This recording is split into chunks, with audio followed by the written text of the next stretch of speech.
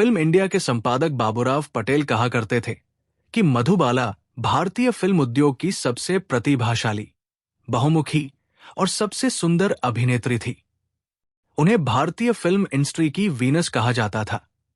अपनी जमाने की मशहूर अभिनेत्री बेगम परवीन रानी का मानना था कि कभी कभी उन्हें मधुबाला की झलक मिल जाती थी जब वो सुबह वॉक के लिए जाया करती थी। अगर आपकी नजर उनके चेहरे पर पड़ जाती थी तो आपका दिन बन जाया करता था। निरूपा रॉय का मानना था कि सर से लेकर पैरों के नाखून तक उनका शरीर पूरी तरह से परफेक्ट था, उसमें कोई भी दोष नहीं था।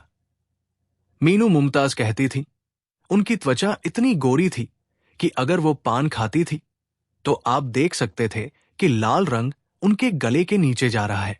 मधुबाला के साथ रेल का डिब्बा फिल्म में काम करने वाले शम्मी कपूर उन्हें देखते ही अपना डायलॉग भूल गए थे। मशहूर पत्रकार बी के कारण जिया ने अपनी आत्मकथा काउंटिंग माई ब्लेसिंग्स में लिखा था कि उनके किसी भी प्रकाशित फोटो ने उनकी असाधारण सुंदरता के साथ न्याय नहीं किया है। लेकिन ऐसा भी नहीं था कि मधुबाला में कोई कमी नहीं थी। खतीजा अकबर ने मधुबाला की जीवनी द स्टोरी ऑफ मधुबाला में लिखा था कि अपने पिता के प्रति उनकी प्रश्नरहित निष्ठा, सही समय पर सही फैसला लेने की उनकी क्षमता और उनकी अत्यधिक भावुक प्रवृत्ति ने उनके जीवन को जटिल बना दिया था और इसके कई बुरे परिणाम उन्हें झेलने पड़े थे। मशहूर अभिनेता देवानंद को मधुबाला की खिलखिलाती हुई हंसी सबसे ज्यादा पसंद थी। उन्होंने अपनी आत्मकथा रोमांसिंग विद लाइफ में लिखा था कि उनका चेहरा सुबह की हवा की तरह हमेशा तरोताजा रहता था। उनकी शख्सियत की सबसे खास बात थी उनकी मशहूर हंसी। कोई भी मौका मिलते ही वो खिलखिलाकर हंसती थी। किसी को ये अंदाजा नहीं रहता था कि वो कब किस बात पर हंस देगी और कितनी देर तक हंसी रुकने का नाम नहीं लेती थी। कई बार तो वो सेट पर अचानक हंसने लगती थी। तब निर्देशक सेट की लाइट बुझाकर चाय का ऑर्डर करते थे और इस बात का इंतजार करते थे कि मधुबाला कब अपनी हंसी पर काबू पाएंगी। मधुबाला का असली नाम मुमताज जहां बेगम दहलवी था। उनका जन्म वैलेंटाइंस डे यानी 14 फरवरी 1933 को दिल्ली में हुआ था। 9 साल की उम्र में उन्होंने अपना फिल्मी करियर शुरू किया था और उनकी पहली फिल्म थी। इस फिल्म की शूटिंग के बाद मुमताज दिल्ली वापस चली गई। फिर देविका रानी ने फिल्म ज्वार भाटा में रोल देने के लिए मुमताज को दिल्ली से बुलवा भेजा। हालांकि बाद में मुमताज ने ये रोल नहीं किया, लेकिन उनके पिता ने मुंबई में रहने का फैसला किया। मधुबाला को मशहूर निर्देशक केदार शर्मा ने अपनी फिल्म बेचारा भगवान में बाल कलाकार के रूप में काम दिया। हालांकि फिल्म के निर्माता के निधन के बाद ये फिल्म रुक गई। फिर केदार शर्मा ने मुमताज को अपने असिस्टेंट राज कपूर के साथ बतौर हीरोइन लिया और मुमताज का नाम बदलकर मधुबाला रख दिया। इस फिल्म का नाम भी बदलकर नील कमल रखा गया। सन 1949 में मधुबाला की फिल्म महल ने उन्हें नए नए आजाद हुए मुल्क के नौजवानों के सपनों की मलिका बना दिया। राजकुमार केसवानी अपनी किताब द दास्तां ऑफ मुगली आजम में लिखते हैं, झूले पर झूलती हुई एक शोक हसीना और बार बार पास आकर भी नजरों से ओझल होता वो परिणाम चेहरा फिल्म के हीरो अशोक कुमार के साथ साथ जमाने के लिए एक तालाब और प्यास बन गया। इस फिल्म ने बॉक्स ऑफिस पर सफलता के झंडे तो गाड़े ही, साथ ही मधुबाला को किसी भी फिल्म की सफलता की गारंटी भी बना दिया। मुंबई मूवी टाइम्स के संपादक बी करंजिया अपनी पत्रिका का एक अंक लेकर कोपरा का इंटरव्यू लेने गए थे। उस अंक के मुख्य पृष्ठ पर मधुबाला की तस्वीर छपी हुई थी। करंजिया अपनी आत्मकथा में लिखते हैं कि कोपरा ने पत्रिका देखते ही मुझसे पूछा कि लड़की कौन है, क्या ये वाकई इतनी सुंदर है, क्या मैं इससे मिल सकता हूं, मैं इसे हॉलीवुड में रोल दिलवा सकता हूं। ताज होटल में मधुबाला के साथ एक मीटिंग तय कराई गई। मैं बहुत उत्साहित होकर ये बात मधुबाला के पिता अताउल्लाह खान को बताई। उन्होंने इस मामले में जरा भी दिलचस्पी न लेते हुए ये कहते हुए सारे मामले पर पानी फेर दिया कि मधुबाला को कांटे छुरी से खाना नहीं आता, इसलिए वो इस मीटिंग में नहीं जाएगी। अगर उन्होंने मेरी बात मान ली होती तो शायद मधुबाला को पूरी दुनिया में एक अलग पहचान मिल गई होती। दिलीप कुमार और मधुबाला एक दूसरे से प्यार करते थे, लेकिन मधुबाला के पिता को दिलीप कुमार की परछाई तक पसंद नहीं थी। उन्हें उनके नाम से भी परहेज था। B.R. चोपड़ा की फिल्म नया दौर में दिलीप कुमार के साथ नायिका की भूमिका के लिए पहले मधुबाला को चुना गया था। मुंबई में इस फिल्म की शूटिंग की जानी थी, लेकिन बाद में निर्माता B.R. चोपड़ा को लगा कि इसकी शूटिंग भोपाल में भी करना जरूरी है। खतीजा अकबर लिखती है कि मधुबाला के पिता अताउल्लाह खान ने अपनी बेटी को मुंबई के बाहर शूटिंग करने की इजाजत देने से इनकार कर दिया। उन्हें लगा कि मुंबई से बाहर जाने पर मधुबाला और दिलीप कुमार के बीच प्यार बढ़ सकता था। तब तक फिल्म की 10 दिन की शूटिंग हो चुकी थी। इसके बावजूद B.R. चोपड़ा ने मधुबाला की जगह वैजयंती माला को फिल्म में ले लिया। वहीं से दिलीप कुमार और मधुबाला की जोड़ी अलग हो गई।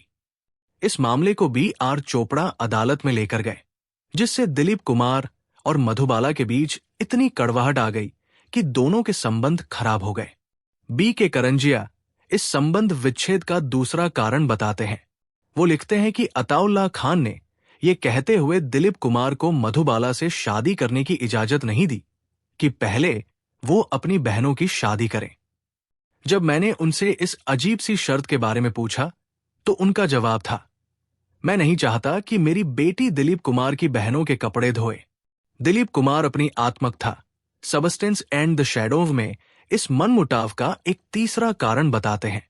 वो लिखते हैं, आम धारणा के विपरीत अताउल्लाह खान मधुबाला से मेरी शादी के खिलाफ नहीं थे। उनकी अपनी एक प्रोडक्शन कंपनी थी और वो 2 बड़े स्टारों को एक छत के नीचे लाने के विचार से खुश थे। लेकिन अगर मैंने सारी बातों को अपनी दृष्टिकोण से नहीं देखा होता तो वैसा ही हुआ होता जैसा वह चाहते थे। मुझे ये समझ में आया कि मधुबाला और उनके पिता दोनों को समझाने का प्रयास कर रहा था। मैंने उन्हें बताया कि मेरा फिल्में चुनने का अपना तरीका है और मैं निजी मामलों को इसमें नहीं लाना चाहता। लेकिन फिर भी अताउल्लाह खान ने मधुबाला को यह समझाने में कामयाबी पाई कि मैं उनसे अभद्र व्यवहार कर रहा हूं। मधुबाला को बचपन से ही दिल की बीमारी थी और उनके दिल में छेद था। उस समय तक इस बीमारी का कोई इलाज नहीं था। बीमारी के बावजूद उन्होंने मुगल-ए-आजम फिल्म की शूटिंग पूरी की। उनमें अपने काम के लिए गजब का समर्पण था। आसिफ की असिस्टेंट रहे सुल्तान अहमद बताते हैं, आपको याद होगा फिल्म का पहला सीन जिसमें मधुबाला को भूत बनकर खड़ा किया गया था।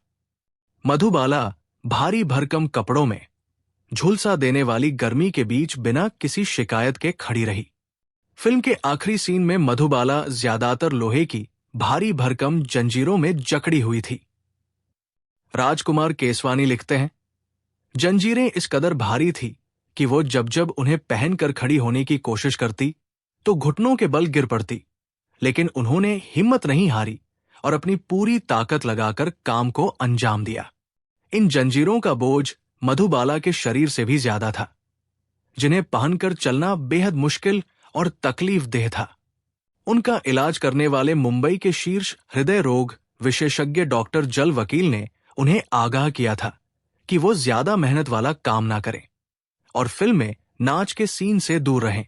खतीजा अकबर लिखती है कि ये ताज्जुब की बात है कि उनके ऊपर कई प्रतिबंध लगाने वाले उनके पिता अताउल्लाह खान ने उनका काम फिल्में लेने के लिए बाधित नहीं किया।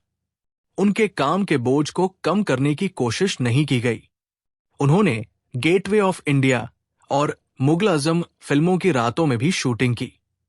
किसी भी निर्माता ने मधुबाला के काम के बोझ को कम नहीं किया। नाचना, पानी में भीगना और पैरों में जंजीर पहनकर चलना, मधुबाला ने सब कुछ किया। कई बार ऐसा भी हुआ कि वो काम करते करते बेहोश हो गई, लेकिन ठीक होते ही उन्होंने फिर से काम करना शुरू कर दिया। आखिरकार उन्होंने किशोर कुमार से शादी करने का फैसला किया। किशोर उन्हें इलाज के लिए लंदन ले गए, जहां डॉक्टरों ने उन्हें भारी और तनाव वाला काम करने से मना किया और बच्चे न पैदा करने की सलाह दी। डॉक्टरों ने उन्हें ठीक होने की कोई उम्मीद नहीं दिखाई और उन्हें बताया कि वो 10 साल भी जीवित रह सकती है या फिर 1 साल में भी उनकी मौत हो सकती है। वो इस एहसास के साथ मुंबई लौटीं कि उनके पास बहुत ज्यादा समय नहीं बचा है। मधुबाला की बहन माधुरी ने खातीजा अकबर को बताया था। लंदन से लौटते ही किशोर कुमार उन्हें हमारे घर ले आए। उन्होंने कहा कि वो उनकी देखभाल नहीं कर सकते क्योंकि वो बहुत व्यस्त है और उनके पास समय नहीं है। मधुबाला को इसका बहुत बुरा लगा। वो गंभीर रूप से बीमार थी और उस समय उन्हें अपने पति की जरूरत थी। किशोर कुमार ने उनके इलाज का सारा खर्चा उठाने की पेशकश की, लेकिन क्या यह पर्याप्त था? किशोर उनसे फोन पर बात करते थे, लेकिन धीरे धीरे किशोर से मिलने आना कम हो गया। खतीजा अकबर लिखती है, ये एक भी ऐसी शादी थी जो जल्दबाजी में की गई थी। इस शादी से उन्हें कभी खुशी नहीं मिली। किशोर कुमार सुनील दत्त नहीं थे, जिन्होंने अपनी बीमार पत्नी का कभी साथ नहीं छोड़ा और एक साई की तरह उनके साथ खड़े रहे। मधुबाला को किशोर से शादी करने का जो भी कारण रहा हो, प्यार उसका कारण नहीं था।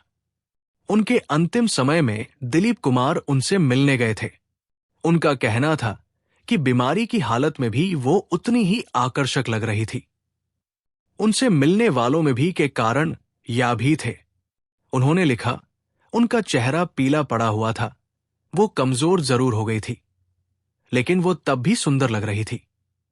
अपने 36वें जन्मदिन के 9 दिन बाद 23 फरवरी 1969 को मधुबाला ने जीवन के साथ संघर्ष छोड़ दिया और हमेशा के लिए अपनी आंखें मूंद ली। उन्हें उम्र भर के दर्द से हमेशा के लिए निजात मिल गई। उस समय दिलीप कुमार मद्रास में गोपी फिल्म की शूटिंग कर रहे थे। जब वो शाम को मुंबई पहुंचे तो उन्हें मधुबाला के निधन की खबर दी गई। तब तक उनका दफनाया जा चुका था। किशोर कुमार, अशोक कुमार और कमल अवरोही उनके शव यात्रा में शामिल हुए। दिलीप कुमार उनसे अंतिम विदा लेने कब्रिस्तान पहुंचे। फिर वो वहां से अपनी संवेदना व्यक्त करने के लिए मधुबाला के घर गए।